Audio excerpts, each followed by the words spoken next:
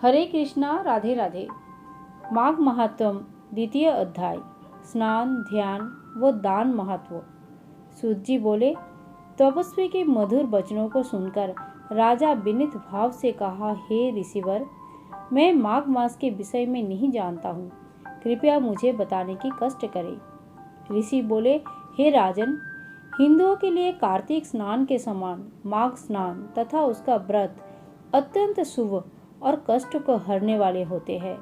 इस समय शुभ ब्रह्म वेला है, अतः निकट जो कत्तानी नदी है जिसका उद्गम सरोवर है, अतः समय बिना गवाए नदी में स्नान करो तथा माघ मास का महत्व, उसकी विधि और फल अपने कुलगुरु वशिष्ठ से पूछ लेना।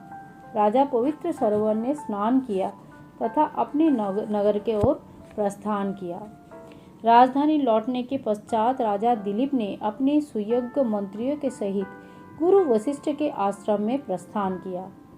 गुरु वशिष्ठ के आश्रम में पहुंचने के पश्चात राजा ने ऋषि के साष्टांग प्रणाम किए और अपने आने का प्रयोजन बताया तथा माघ मास का वृत्तांत और उसकी महत्व व्याख्या करने के लिए सविस्तार जानने के लिए इच्छा जताई। महाराजा दिलीप की बात सुनकर वशिष्ठ जी अत्यंत प्रसन्न हुए और बोले, हे राजन, तुम्हारी भगवान के प्रति श्रद्धा देखकर अत्यंत प्रसन्न हूँ। मैं तुम्हें पवित्र माघ मास के विषय में विस्तार पूर्वक बताता हूँ। हे राजन, माघ मास अत्यंत पवित्र मास है। इस मास में पवित्र हृदय से व्रत तथा स्नान करने से, भगवान की भक्ति करने से और यथाशक्ति दान करने से मनुष्य को बहु पुण्य फल की प्राप्ति होती है तथा इस समय दान, ध्यान तथा यथाशक्ति दान का विधान भी है। माघ मास में सूर्योदय से पूर्व अपने निकट नदी या सरोवर में स्नान करना अति उत्तम माना जाता है। यदि निकट में गंगा, यमुना तथा प्रयाग के या कोई भी तीर्थ स्थान हो तो सोने पे सुहागा हो जाता है। प्रभु के नाम उच्चारण करने के साथ स्नान करने वाले प्राणी को सीधा वैकुंठ लोक प्राप्त होता है।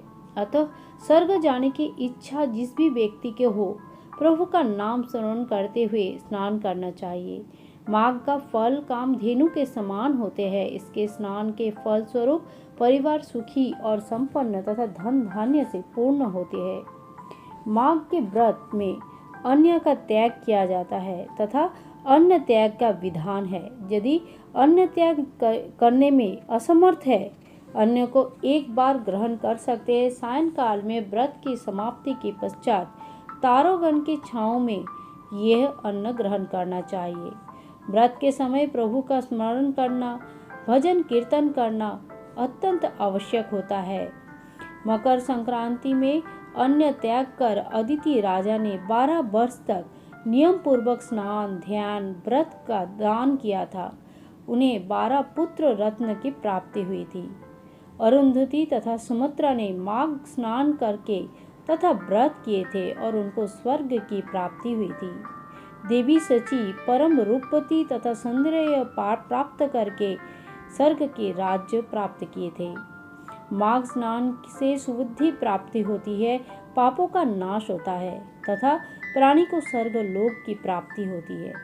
माघ स्नान करने वाले प्राणी को स्नान के पश्चात जप, तप, भगवत भक्ति तथा भजन में लीन रहना चाहिए और यथाशक्ति दान करना चाहिए।